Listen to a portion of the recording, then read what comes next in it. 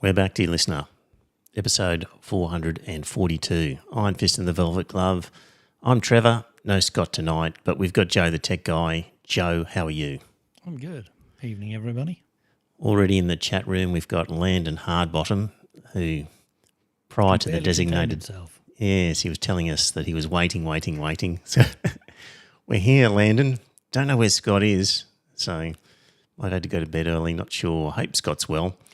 We'll find out. Actually, we're going to change the time to 7:30 to make it a bit earlier, which is going to suit us and might suit Scott a bit better as well. So anyway, yes, we normally talk about news and politics and sex and religion. That's what Joe and I will be talking about. We'll talk a little bit about an election in the Northern Territory. We're going to focus a bit on Gutless Labor and their decision about whether to count gay people in the census. And lots of news with Twitter. X is banned in Brazil. The sort of founder of Telegram has been arrested in France. Sort of issues about free speech and stuff like that we'll talk about. For a bit of comedic relief, I'll play a few Donald Trump clips just to break things up. And, yes, Landon says time is money. Thank you, Landon. So, yeah, that's rough agenda. But if you're in the chat room, propose a topic because I'm in a mood lately where I'm happy to be diverted down any rabbit hole that you want to send me. So feel free to raise an appropriate topic if you're in the chat room. Let's see. Well, before we go on, Joe, I'm getting quite depressed. I used to think that it was important to figure out the best policy and hope common sense would prevail in the voting public. And through voting pressure, either parties would amend policies or new parties would emerge with those correct policies. But I am just, I've lost all hope in that now. It doesn't matter how clear. Also, the laws keep being changed to make it harder and harder for new parties. Yes, that's true. That is true. But I just am becoming more and more convinced that because of Gaza and AUKUS, where in my mind those are so obvious what the correct thing is to do. In the case of AUKUS, cancel the damn thing. Like, it's so obviously a stupid, crazy idea, no matter what side of the political fence you're on. Even if you want shiny, bright machines, you should be against AUKUS. And the same with Gaza, where we can't agree on the abomination that is occurring there. And I just... Well, I think that's down to Murdoch, isn't it? I mean, I think The Guardian is very much... I don't know about AUKUS, but certainly Gaza is... They're reporting on the atrocities. Yes. So it's the propaganda of these issues that has to be overcome before you even begin to talk about, well, let's rationally look at these issues one by one and consider what's the best approach, because there's in sometimes a lifetime of indoctrination that has to be overcome before we can even get to a rational thought process. So we started off with religion on this podcast. It was, I don't know that I ever thought I was going to convince people that religion was a bad idea, but you'd think you could convince politicians in terms of schools and private schools and things of what a disruptive influence it is and it's bad, but of course you can't. They're just fully indoctrinated. I guess I'm at the position, Joe, where it's the difficulty of clearing the air of preconceived propaganda that's seeped in and just doesn't allow a rational discussion to take place. So it's not even any point in thinking about it. That's where I'm at, Joe. It's quite a depressing point. Maybe even this, the census question. Have you heard about that? Yeah. So a simple proposal that, hey, let's introduce a new census question where we ask people. Wasn't previously asked? I don't think so. It was an introduction of a new question. Last time round. Yeah, I don't think so. Okay. And a simple question just to ask, are you gay or lesbian, or a simple question along those lines, because a significant number of the amount of the population is, and it's important to know about significant numbers so we can make policies and have an understanding of our society if we sort of know the numbers. 10%. Yeah. And a Labor government said, no, we're going to shy away from that. Yeah, we're not going to. Just Prime Minister in a Labor government. Yes. For two reasons. One, because he didn't want to do something that could be divisive, because he thought that the opposition would oppose it. Well, they will. And then secondly, it could cause concern for faith groups. But I just think... So he's worried, he's willing to upset the 10% of gay voters for the 2% of religious voters that actually care. Yeah. Just, you've made it all these years, at the meetings you've gone to, the time you've spent, you've finally ascended to a position of the Prime Minister of this country. All along the way, there must have been shit that you wanted to get done, and thought, once I'm there, whoa, what am I going to do? And something as simple as this, they were spooked by not feeling confident that they could sell a story to the Australian public. Yeah, we think it's a good idea to count the number of gay and lesbian people in our community. They couldn't be, and they shied away from that fight. Yeah. And it was part of Labor Party policy, which I think Robin Bristow was just referred to in the comment there. Was that what you were saying? Yeah. Yeah, it was part of Labor Party policy to do this. So you got a policy. It's such a simple thing, adding a question, and they're so gutless. They must have sat around in a meeting, at least a handful of them, and talking about it. And they've just gone, don't know. I think it'll just, the Murdoch press will give us a hard time, and we might upset a few of our Catholic friends, maybe. So let's not do it. I find that so gutless. Mm-hmm.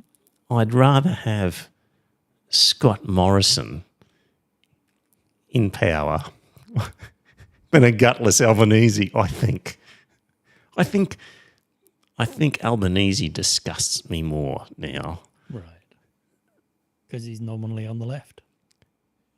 Yes, because he's such a sellout and so unwilling to do anything that he's just in the road. I'd rather Morrison was in charge and somebody on the left might be able to come through, but Albanese's blocking it. That's my sort of feeling. I think there are good things going on in the background, but not as much as there should be for a Labor government. What do you mean, good things going on in the background? I'm sure that there's industrial relations stuff happening that... Well, yeah, there is. They passed a specific bill in Parliament to shut down the CFMEU. Well, yeah. That's what's going on. That's because they're the wrong faction of the Labor Party. Yeah. So, yeah, you're right, Joe. They're working on industrial relations stuff, shutting down the CFMEU. Dear listener, this is one of the benefits of doing this podcast. I say this to people that I meet who say, for God's sake, why are you still doing this podcast after 9 years? And the answer is it forces me to read things and try and understand what's going on, where otherwise normally I might just let it fly past. So, and the CFMEU thing was one of those where I was ordinarily might have just let it go past. But short story on the CFMEU, Joe, is okay. Some talk of bad actors in the CFMEU who have made threatening and misogynist statements and possibly criminal activity. Who knows? Certainly evidence presented by TV shows, not a court of law, No. that some individuals in the CFMEU might not be the sort of people that you want in there. But the government has passed a specific bill dealing with the CFMEU, throwing it into administration because of some bad actors, when there are court processes and other means available to deal with that. So we have laws in place to deal with people who are office holders behaving inappropriately. And so Max Chandler Maher, I've got to get his name right. He was on the 7:30 report with Sarah Ferguson, and he did a great job because he was also at one of the rallies with the CFMEU, and he was basically saying that proposition was, okay, there are individuals, there's stuff about them that doesn't look good. Let the courts decide, not trial by media and not trial by the executive. Like, we're supposed to have a separation of powers in this country where Parliament, makes the laws and the judiciary interprets and enforces those laws. But by creating a specific statute, putting the CFMEU into administration, they've really overtaken the role of the judiciary. And even if you really hate the CFMEU and you think that in that case you like the idea of them being wiped out, it sets a precedent now for any membership-based group that the Parliament, a future Liberal National Party that takes a dislike to some membership group, might say, well, let's pass an act like the CFMEU Act, put this group into administration, and that will fix that problem. So I did see there was a question about, so did they appoint an administrator when, who's the big consulting firm? yeah, Price PwC. And KPMG. You were also in doing dodgy things as well with With the tax. advising. One of them was advising their clients on ways to avoid the tax before it had been announced. Yes. So they were advising the government and also advising their clients. Yes. So did we put those accounting firms into administration because some of their key operators were seemingly doing the wrong thing? No. And the other example that Max gave in the 7:30 report, Joe, which was a cracker, was the Catholic Church. Right. He said, here's some evidence of an organisation where some key players have been proven to be Covering up for all sorts of dodgy acts, yes. or indeed committing the dodgy acts. Well, yeah. And did we ever talk about putting the Catholic Church into administration? Well, no. I did, but I talked about shutting it down and stripping its assets, but apparently I was vetoed. Yeah. So really good effort by Max on the 7:30 report. If you haven't seen it, dear listener, go on to iView and watch him in action, particularly because Sarah Ferguson gave him a hard time. And she was really saying, what the hell are you doing at this rally for the CFMEU, this group who have done standover tactics and hired bikies and blah, blah. What does that say about you, sort of thing? And he was really, really calm and collected and stood up to her very, very well. I couldn't fault his performance. I thought it was very, very good. So, top marks, 10 out of 10 in that interview.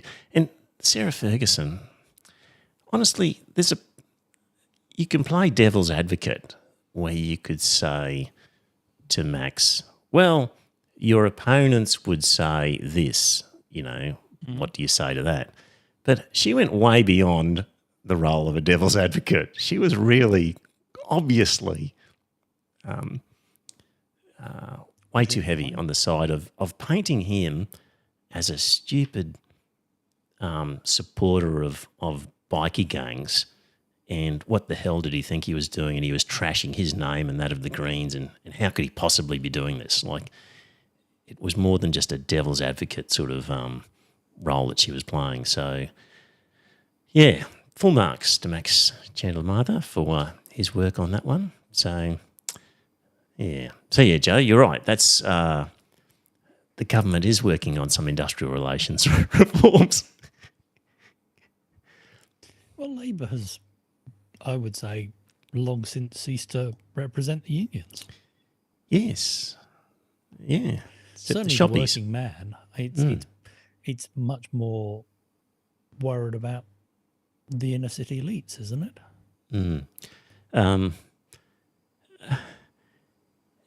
Look, I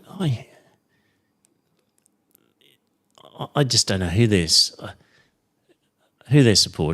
think their supporters are now. I think the Labor, people are going to leave them in droves, as evidenced by a Northern Territory election, Joe. Did you know there was some sort of Northern Territory election lately? I think I heard. Yeah, so Labor got thrown out, Country Liberal Party came in, and big swing against Labor. So, unfortunately, Joe, a big law and order campaign on that one. Not a surprise. Got to lock up these 12-year-olds. Yeah. Going too soft on them. But yeah, we're talking about changing the age of accountability down to 10. Yes.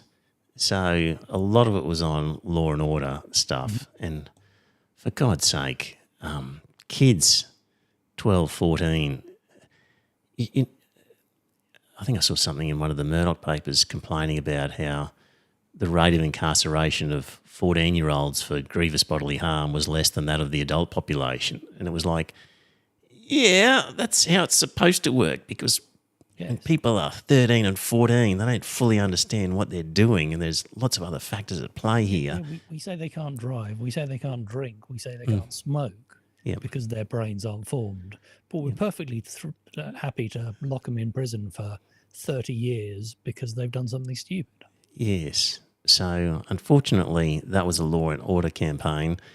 And I think that's going to be the campaign here in Queensland, Joe. Have you seen the WA campaign? No. Oh, Albanese is saying, watch out, Peter Dutton is going to take away your GST. Really? Yep. Oh, I haven't seen that. So, dear listener, Western Australia gets an obscene deal under the GST carve-up. A carve-up that needs to be reversed. And now, under a Labor government that was interested in equality and a fair go for all, and, those in good times helping out those in not so good times, so he's basically bearing down on the promise of retaining the GST carve-up. Yep. And alleging that the Liberals would change that? That's what he's saying. As if they would, because I love it as much as... Well, no, I didn't see that. Okay. Oh, Joe. Yeah. Anyway, some big swings in that Northern Territory election. Potentially a lot of big swings to come in the federal election. Richard Dennis was writing an article, and he was really saying there's not really a safe seat anymore. That the Teals could take almost any LNP seat, and the Greens could take almost any Labor seat. Yeah. So I think there's going to be a big swing against Labor. Apparently it's run 50-50, two-party preferred at the moment, latest news poll. Mm-hmm. So getting what they deserved. Gutless Labor, just gutless. Yeah, I think they assume that the preferences will flow to them. Yeah. But I think that if there's enough of us, well, obviously the independents will get it. Yeah. Sue says, is there a reason why Trevor is so much louder than Joe? See, in the recording, Joe, I reckon I was louder than you. Yeah, okay. And I'll turn it up. yeah, turn yours up. So, hello in the chat room, Alison, Don, Sue. Who else is in there? I need to get this chat up so I can scroll through it. Hang on 1 second. Chat there. Yes. Don, Allison, Watley's there. Watley says Sarah Ferguson is a right-wing character assassin. I think that is correct, and there's a few of them in the ABC. So I think I've got everybody there. And Landon, of course. If you're in the chat room and you want to propose a topic, feel free to. Happy to talk about anything that you come up with. Right. Don says, they will take my GST out of my cold, dead hands. No, wait. Actually, he died, Charlton Heston, I think. Is it only recently? No idea. Yeah, I think he... Because he was with the gun lobby in the US. I think he was, yeah, I think the NRA. Yeah, and I think one of his lines was, they'll have to take my gun out of my cold, dead hand or something like that, which I think they could now do, seeing he's... what do we have to say? Anything more about this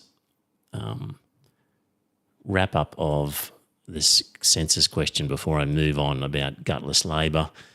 Bernard Keane, writing in Crikey, a more confident government would have let the process run, accepted a new question and pointed out how weird it is that Dutton opposed it.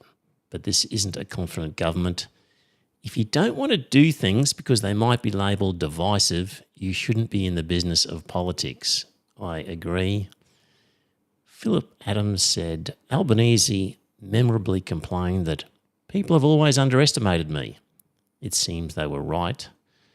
And they overestimated him, not underestimated. Because they thought he could do something.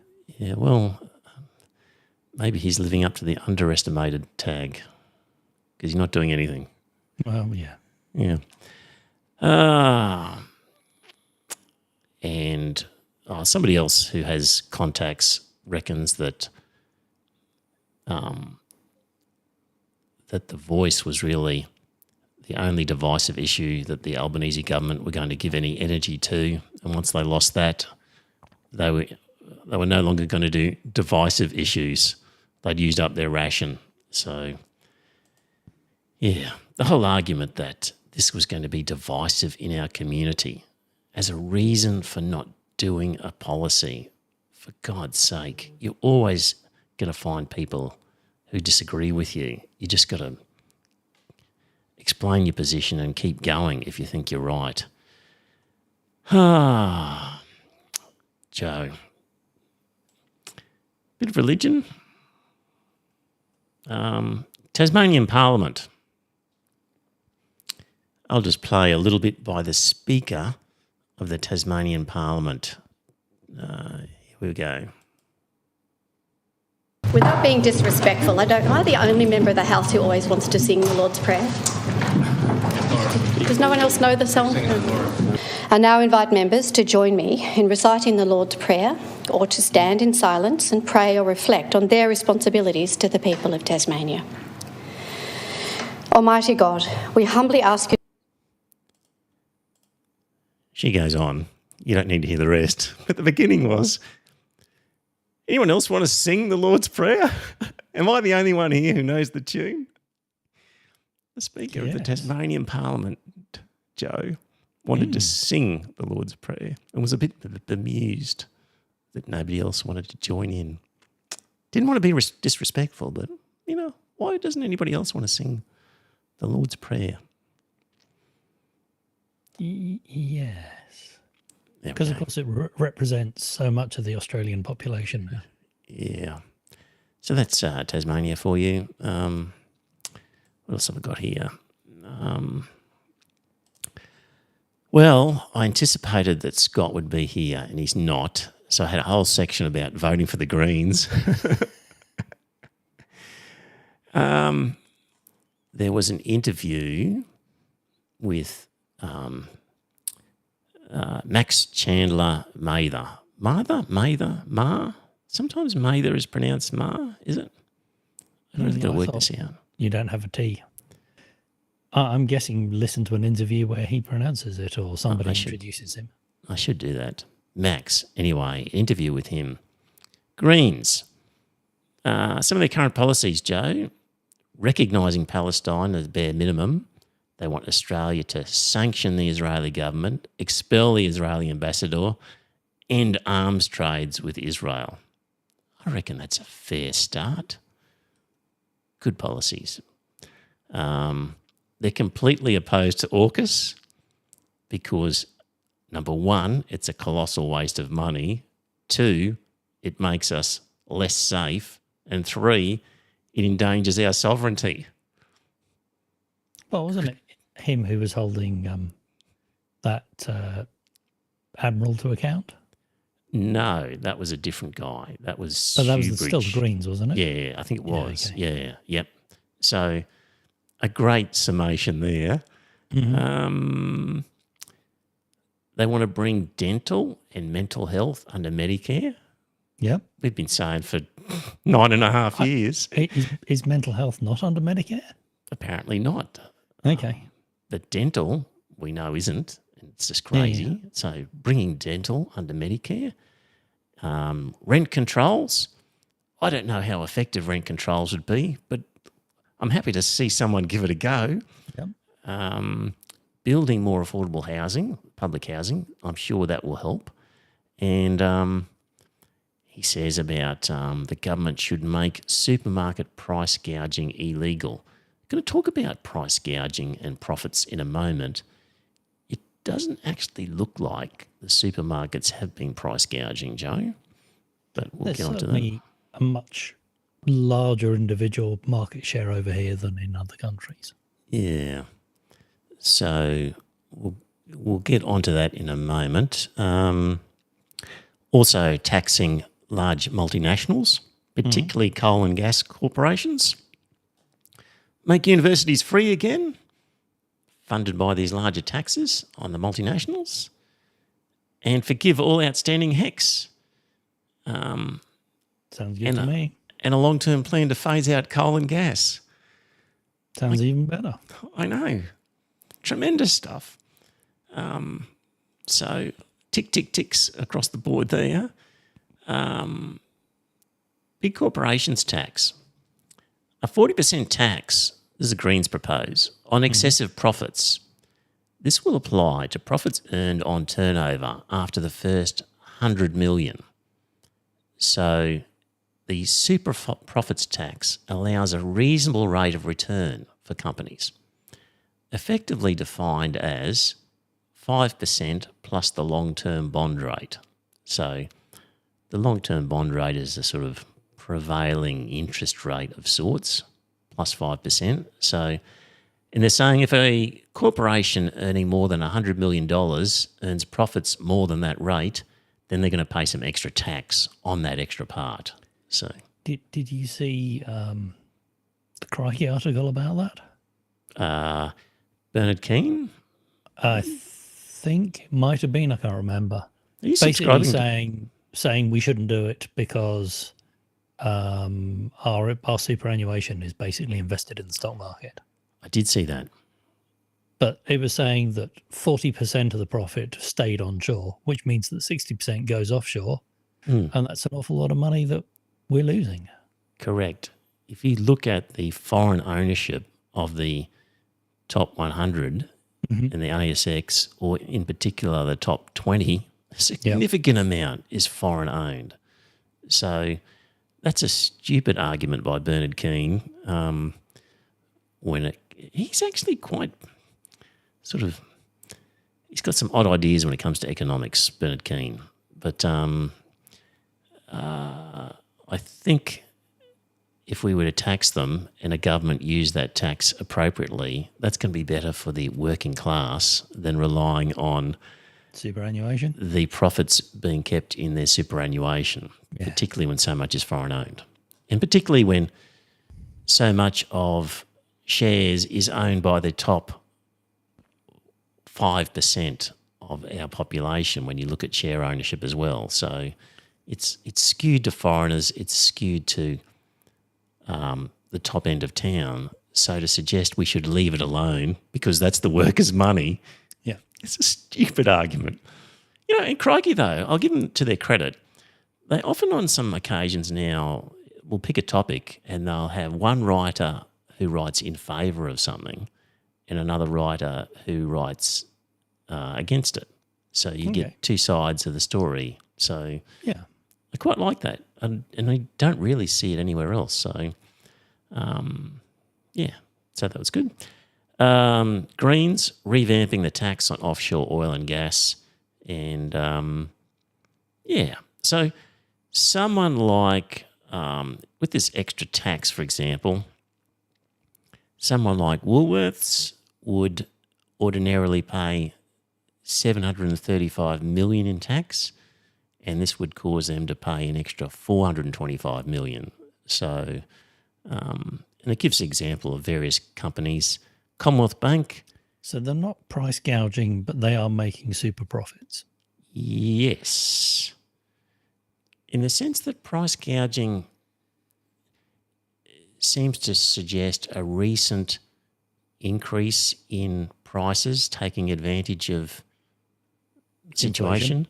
Whereas I think when we get to it, the graphs will show that they're only doing what they did 10 years ago, which might be, Joe, that they were price gouging 10 years ago, and it's been a consistent price gouging policy that wasn't Barnaby saying this 10 years ago, or was it Qatar? I don't know, but if you're thinking from the country, if you're thinking the supermarkets are price gouging, especially in the last few years, not really. But anyway, we'll get to that. But certainly some super profits. So, look, you can argue about the details maybe, but at least the Greens are proposing the sorts of stuff that I've been whinging about for 9 years. So a lot of that stuff, good on them. It's because they're watermelons, you know. Yes, green on the outside and communist. Yeah. Yeah. They got the Batuta Advocate on side. The Batuta Advocate had a headline with Max Chandler Mather as pictured at a CFMEU rally, and the headline was, "Whoever this little freak is, he's talking a lot of sense." Think disenfranchised Labor voters. Okay.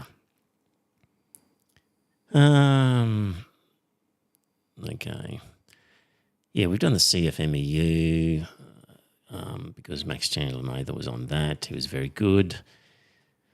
Even the New South Wales Council for Civil Liberties also says that the specific bill putting the CFMEU into administration is a dangerous precedent that overcomes principles of natural justice and the normal court system that we should have. So, yeah. Now, price gouging. Saul Eslake used to be an economist for ANZ. Don't know who he works for these days, but I've followed his progress for decades, and he comes out with stuff that I think we can trust.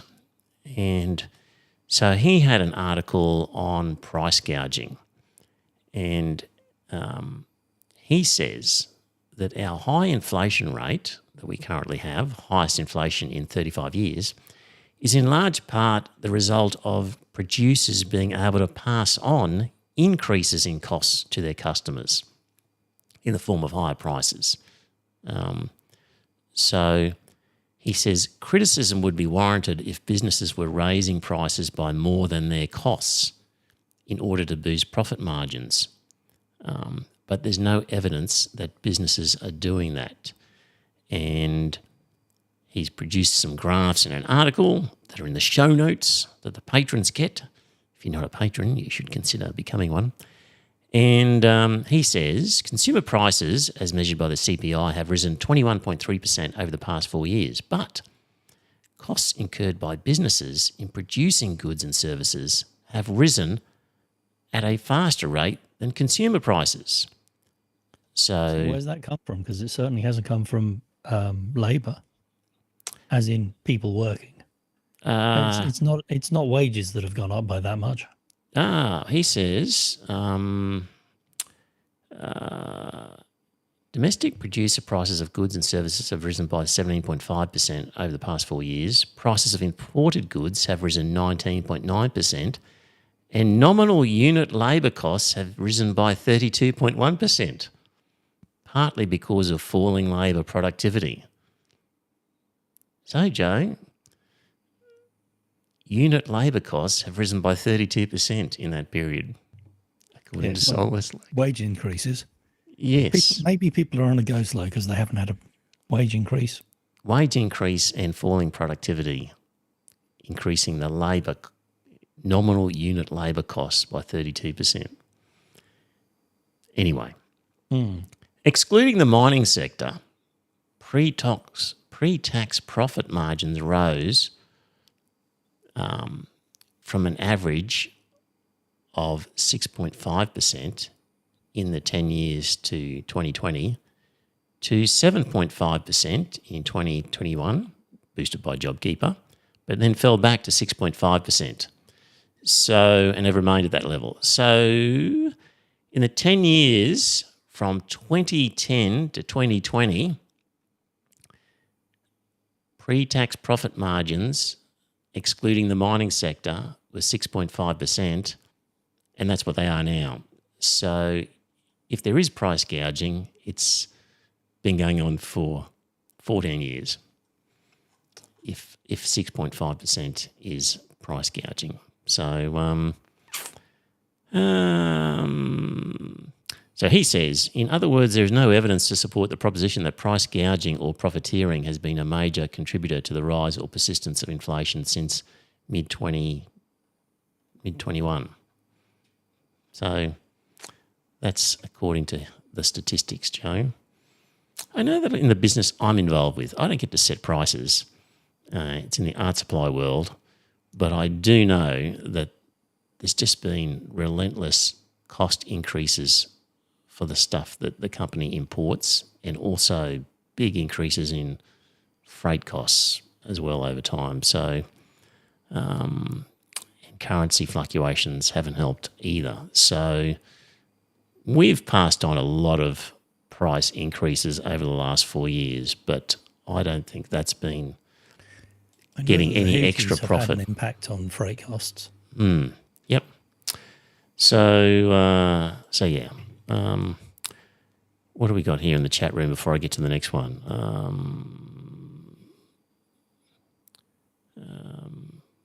Are there any?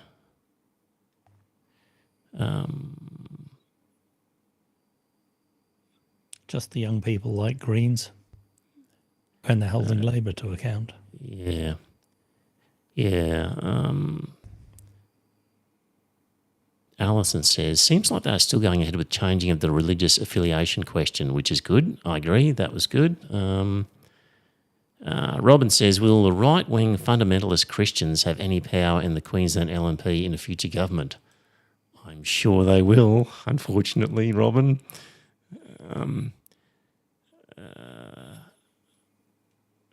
Don says... actually, Alison says Greens make the ALP do better. Do they, Alison?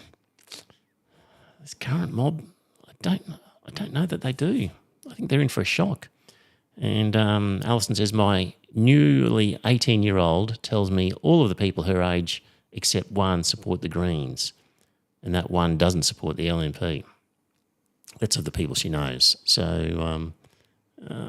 and Watley saw Bant's press club address, and he's on the Greens page these days as well. So, yeah. Right. what else have we got? Essential poll, Joe. Let me just see if I can bring this one up. Get rid of that. Share a screen over here somewhere if I can. No, that's not that. You see, Lord's Prayer.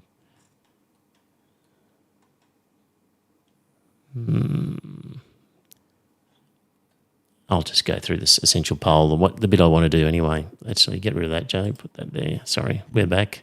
And bear with me, dear listener. Essential report, 27th of August.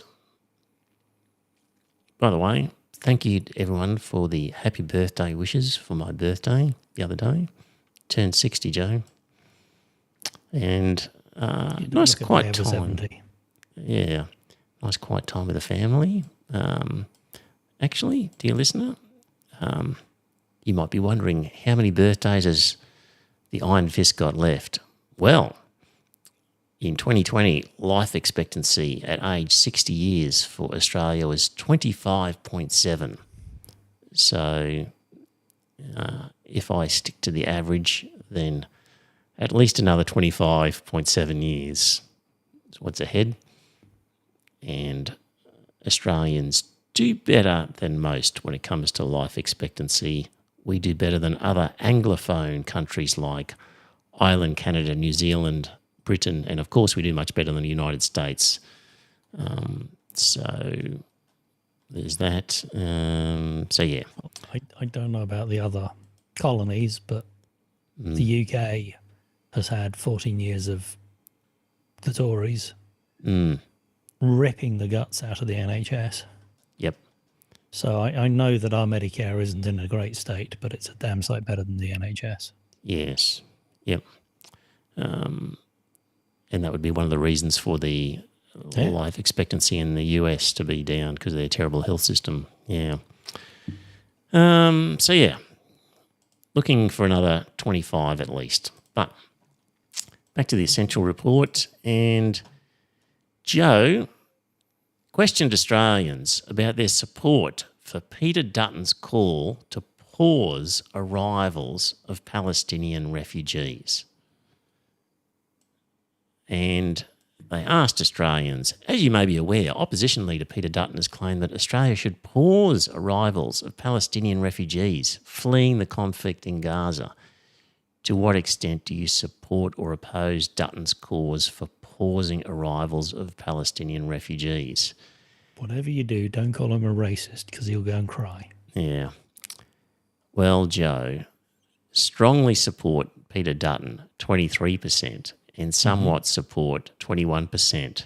So we're up to 44%, either strong or somewhat support. With a 26% don't know, that leaves only 30% who disagree with him. Pretty damning figure, that one. Like the poor people of Gaza and the wretched so they don't count. conditions they're under.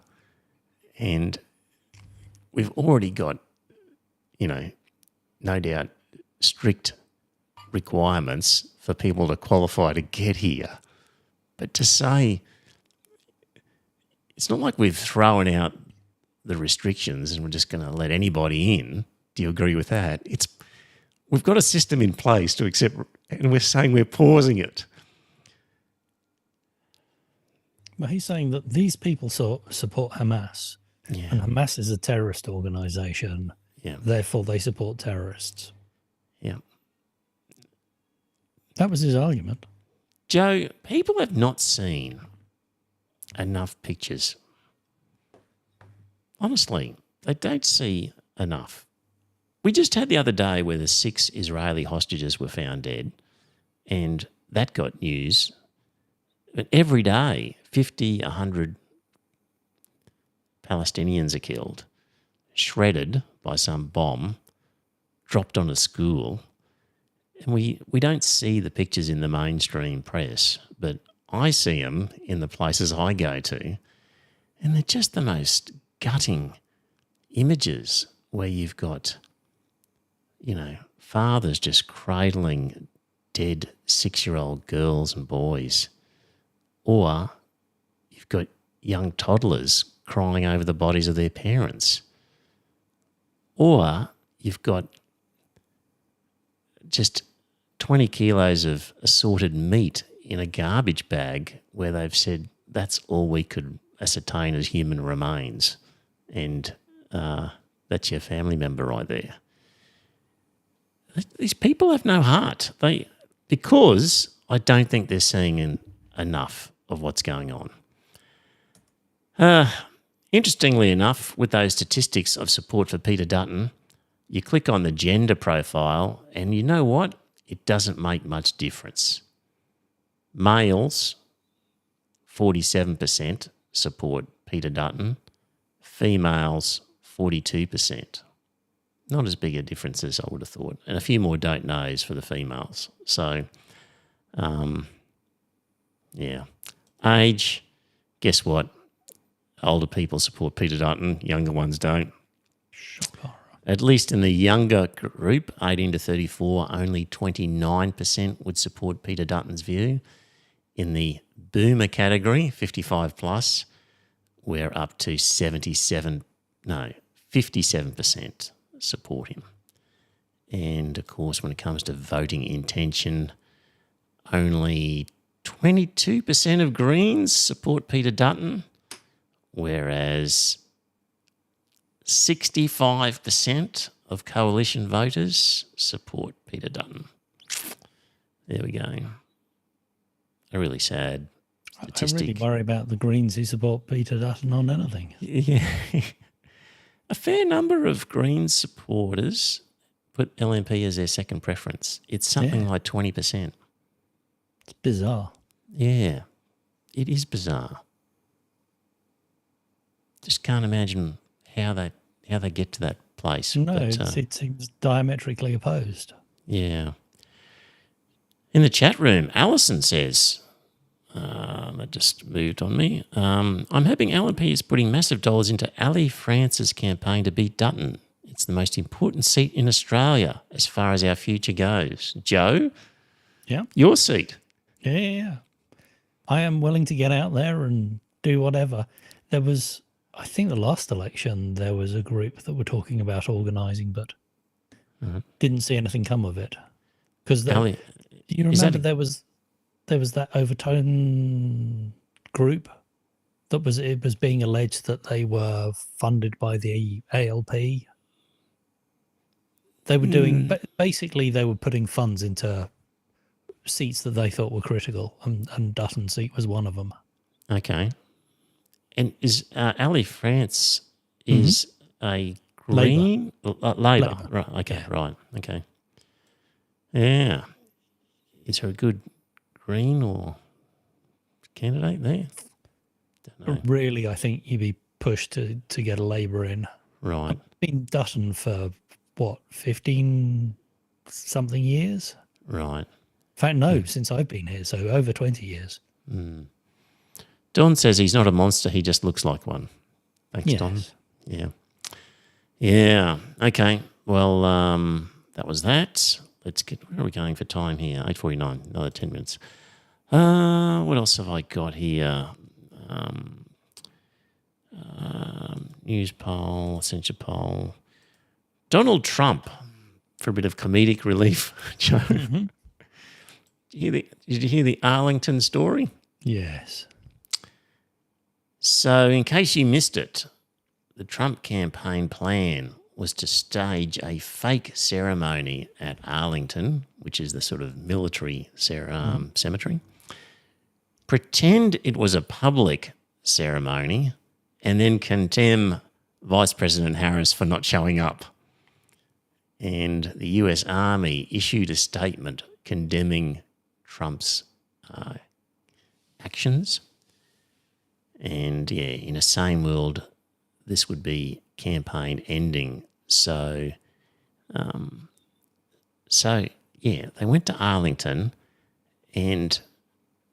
He claimed he didn't know that the TV cameras were following him. Well, for a start, he's breached federal law because you're not allowed to use this sort of federal facility for campaign purposes. There was a woman there on sort of an official in charge of the cemetery who was sort of pushed over in the process as they bowled her out the way to do whatever they wanted to do, completely trashed the place.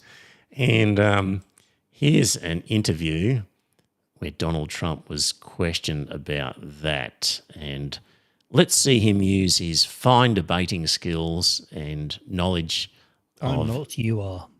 to sort of get himself out of a tight situation here. Should your campaign have put out those videos and photos? Well, we have a lot of people. We have people, TikTok people. We're leading the internet. That was the other thing.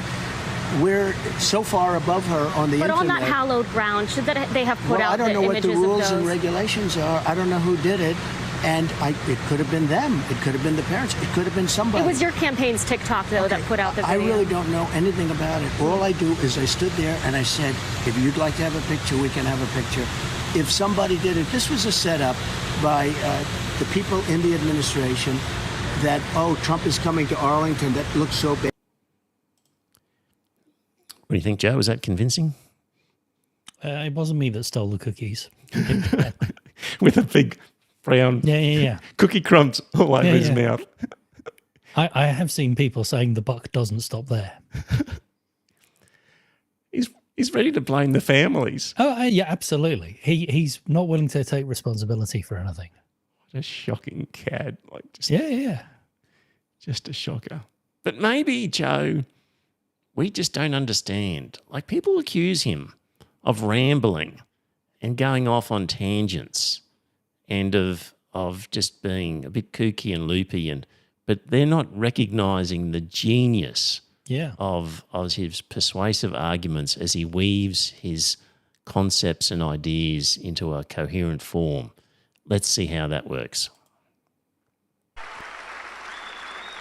But what happened, with Afghanistan, I do the weave. You know what the weave is? I'll talk about like 9 different things, and they all come back brilliantly together. And it's like, and friends of mine that are like English professors, they say, it's the most brilliant thing I've ever seen. But the fake news, you know what they say? He rambled. That's not rambling. What you do is you get off a subject to mention another little tidbit, then you get back onto the subject, and you go through this, and you do it for 2 hours, and you don't even mispronounce one word. But you can get a good discount on your gold and silver. You're talking about the ad that was... that was rolling at the same time. People have accused him of being a liar, and he's not. Because to lie, you need to know what the truth is. He doesn't care what the truth is. He just makes it up as he goes along. Yeah. And, he keeps on going on about the late, great Hannibal Lecter because he's convinced he's a real person.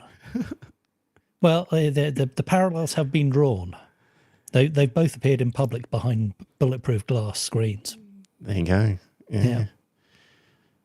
I've got one more clip here, unrelated, I guess. Although, you have to say on that Arlington one, the reporter sort of shot back at him pretty quickly, just when he was saying, I don't know who it was, maybe it was them. And she said, well, it was your TikTok.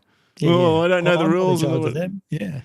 Have you seen the debate about the debate? The debate about the debate? Yeah, there's supposed to be a debate between Harris and Trump. So arguing over the conditions and format. Because the original conditions basically said that both of them would have muted microphones when the other one was speaking. And Harris's team are going, no, have the microphones open. Because apparently when Biden was debating, Trump was going off on one, which was throwing Biden off, but because he was muted, the audience didn't see that.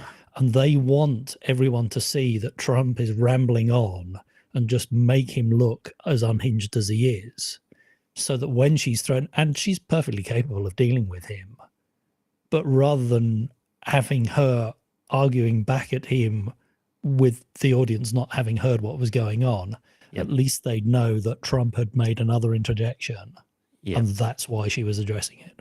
Yeah.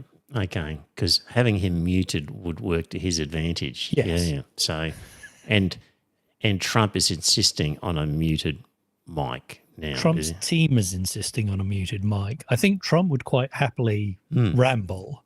Trump's team knows that he's a liability when he's let unfiltered. And so they want to shut him up when he's not speaking. Yeah. No, but none of that surprises me. You've been watching Robert Kennedy Jr. for a while, and I've just listened to the Behind the Bastards episode. Sorry, 4 episodes on the history of RFK Jr. They're saying he had a very disturbed childhood. right. Obviously, his uncle getting killed and then his dad getting killed. And he dealt with it badly, but just the whole people dying around him, the general lawlessness, because as a Kennedy, they could get away with anything. Apparently, as a teenager, he created a gang that were into causing trouble in their very expensive neighborhood. Yeah. And one of his family members got arrested, so he went back to rescue him and then approached the copper who'd arrested his cousin or whoever it was and said, "You're never going to guess what I've got under my jacket." He's going, "I've got a hawk under here and it's trained to kill cops." And the cop's going, "I don't believe you. Don't be stupid." And then he pulls that hawk because he was a hawker. Like a falcon type hawk, right? Yeah. Jesus. Apparently he's a character. Yeah. Well, I'll play this clip, and it's interesting because the reporter was ready for his denial of being a vaccine denier. Yeah. And she poses the question, and he says, "I never said that." And she says, "Stop right there and let's play a clip." Right. Which I think is what people need to do more often if you're going to be a decent journalist, is have some of this stuff. Because you know what these guys are going to do. Yeah. You should have the clips ready. Don in the chat room says falconer is the term. He was a falconer. Fair enough. Fair enough. Okay, here's RFK Jr. being interviewed by a reporter who had done some preparation. You have gained notoriety for your skepticism about vaccines. And over the summer in an interview, you said, quote, "There's no vaccine that is, safe and effective." Do you still believe that? I never said that. So stop me. We have the clip. Please play the clip. I just talked about that the media slanders you by calling you an anti-vaxxer.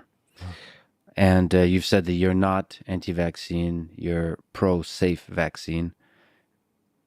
Difficult question. Can you name any vaccines that you think are good? I think some of the live virus vaccines are probably averting more problems than they're causing. There's no vaccine that is, safe. So she gets him with the clip saying there is no vaccine that's safe and effective, where he just denied And also saying he that. went to Samoa, was it? Mm-hmm. And basically there was a huge measles outbreak not long after he'd been there. Right. Decrying the measles vaccine. Yeah. Dangerous man. Yeah. So, so that's what we need our sort of reporters to be ready to go with clips like that. When, a cad like that is about to deny everything. So, right, Joe, that's, we're nearly there. What else did I have in here that might want to fit in without doing it next time? Did you want to say anything about the Telegram founder being arrested in France? Yeah, I mean, from what I hear, the French authorities are basically accusing him of creating an encrypted messaging system that has no oversight for what goes on, and therefore he's enabled bad people to do bad things. And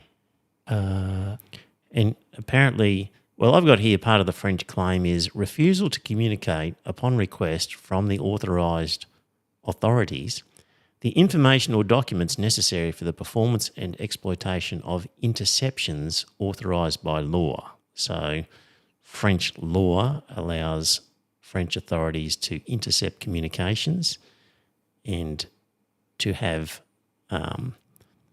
sort of platforms cooperate with that interception, and he basically failed to do that. So they're saying...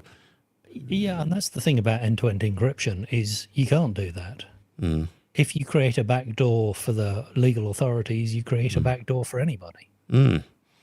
And Telegram was set up basically, I think, in Russia, and there are a lot of pro-Russian groups on it, but there's also a lot of anti-Russian groups on it, a lot of dissidents, all of whom would very much like the encryption features, the end-to-end, and don't want governments to have access. So the question is, do you allow dissidents to use a thing even though bad people are going to use it, or do you shut it down for everybody and make it unsafe for everybody? You know, if a platform's being used to traffic, you know, child sex slaves, for example, we absolutely want to be able to intercept what's going on. So there can be legitimate reasons. That's always the excuse, isn't it? The police will always pull out but think of the children. And there are other techniques. So it just makes their life harder, and they don't like their life being made harder. You know, when in an ideal world, we'd all be living in a police state, according to the cops. You know, they'd have the ability to bug anybody's phone because people might be doing bad things. Well, they can bug phones. They can, but they have to apply for a warrant. Yes. Yeah. And we're kind of happy with that, aren't we? Well, are we? I am. Well, but, you know, we don't want people to be caught. Yeah, but you and I grew up with the Berlin Wall and the communist Europe, where that was taken to extreme. And in fact, you grew up in Sir Joe's Queensland. Where do you think that the police listening in on phone lines was always in the best defence of the public, or was in the best defence of Sir Joe? I guess I'd rather a system that enables interception with some sort of ombudsman oversight, right? Than a system that just doesn't allow it at all. Well, and the point is, there are always other methods, but they are more expensive and they're difficult. Yeah, and just may not work. Well, yeah, I mean, so if you're really after a criminal, you can get onto their phone and put bad software on it. Or you can sneak in and bug their house. It's the level of pervasive surveillance that modern technology allows, and you kind of want roadblocks in that, because otherwise you get the American program where they're just siphoning up huge amounts of data because it might be useful at a later date. And that is a worry. Yes. Well, I guess I would want the laws to say you can't do that. Siphon up data. But the law said that in America. It didn't stop them. Yes. Yes. Meanwhile, in Brazil, they've banned the use of X, formerly known as Twitter. So No, we're calling it Twitter. What's that? I said we're calling it Twitter. Okay, let's do that. If Elon won't stop dead naming his child, then we won't stop dead naming Twitter. Yeah. We've got 22 million users in Brazil. If you are in Brazil now and you try to use a VPN to access Twitter, you could be fined up to $8,874 per day, Joe. Right. So you probably just wouldn't bother with the VPN. That's a big fine for people trying to get around it. And that was the Supreme Court that banned Twitter in Brazil. Let's see. Of course, the US government moved to protect its business interests, issued a warning to Brazil. US Embassy is monitoring the situation between the Supreme Court and Twitter. And we, the US Embassy, as in the USA, reiterate that freedom of expression is a fundamental pillar of a healthy democracy. From the country that told TikTok, you've got to sell up or else you're banned. I wonder how... who's the Green, what's his name, the journalist who lives there with his husband? Greenwald. Yeah. Yeah. He's Brazilian. Yes. Or lives in Brazil. I wonder, he wouldn't fairly be sure happy. he was strong on Twitter. Yes, he's very much a libertarian free speech advocate. So. Yeah, I just wonder what he's got to say about that. Yeah. So there was the judge responsible for the ban had been spearheading an attempt to force Twitter to purge anti-democratic far-right voices in the wake of January 2023 uprising in the capital, Brasilia, carried out by supporters of the former far-right president Bolsonaro. So quite possibly colour revolutionary types. I think there were more January 6th types. Yes, and basically the Supreme Court wanted Twitter to cancel those accounts, and Twitter was uncooperative. So the Supreme Court said, see these accounts here, you need to cancel them. And they said, I'm not talking to you. So they said, okay, that's it. You're out of here. Yeah. What do you think of that one, Joe? Just cancelling accounts, purging accounts. Well, it's not a public space, is it? Twitter all along have argued that First Amendment doesn't apply to them. It's not a public space. It's a private, and they're a private corporation. They can choose to do whatever they like. Okay. Yeah, that's all that, I think.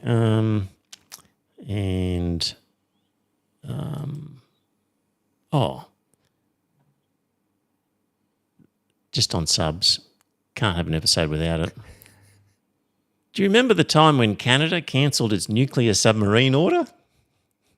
No, but... Back in 1987, when no one knew that the Cold War was just about to end, the Canadian government signed up to build 10 nuclear-powered submarines. And that program lasted for 2 years before being cancelled in 1989. No nuclear Canadian sub ever began construction, let alone put in the water.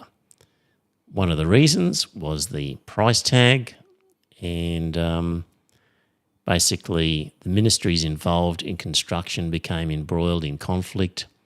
Choice of vessel design came under withering criticism from the Treasury Department. Finally, media support eroded, with 71% of the population opposed to the project. And so 2 years after the deal was announced, it was cancelled. The Canadians have done it. There you go, Albanese. It can be done. It'll have to be done at some point. Maybe Trump will do it for us. Yeah. Hopefully not. Hopefully Trump doesn't manage to get to a point where he can. Well, dear listener, thank you in the chat room for your participation. Falconer was the last comment there, or Faulkner. We'll be back next week at the special new time, permanent time of 7:30. So hopefully that might help Scott. We'll talk to him, see if that suits. And so if you want to join in the chat room, half an hour earlier in future. Until then,